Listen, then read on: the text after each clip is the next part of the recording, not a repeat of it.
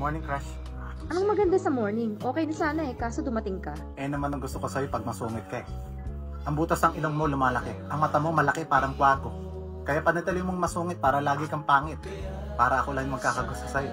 Ano pinagsasabi mo? Adik ka ba? Oo, adik. Adik sa'yo. Dahil sa totoo lang, ang mapalapit at maging kaibigan mo, masayang masaya na ako.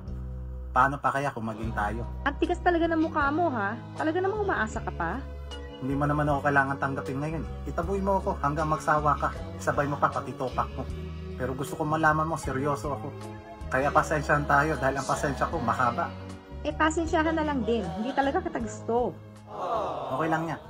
Dahil minsan, kung ano pa yung pinakagusto mo, kabaliktaran ang binibigay sa'yo.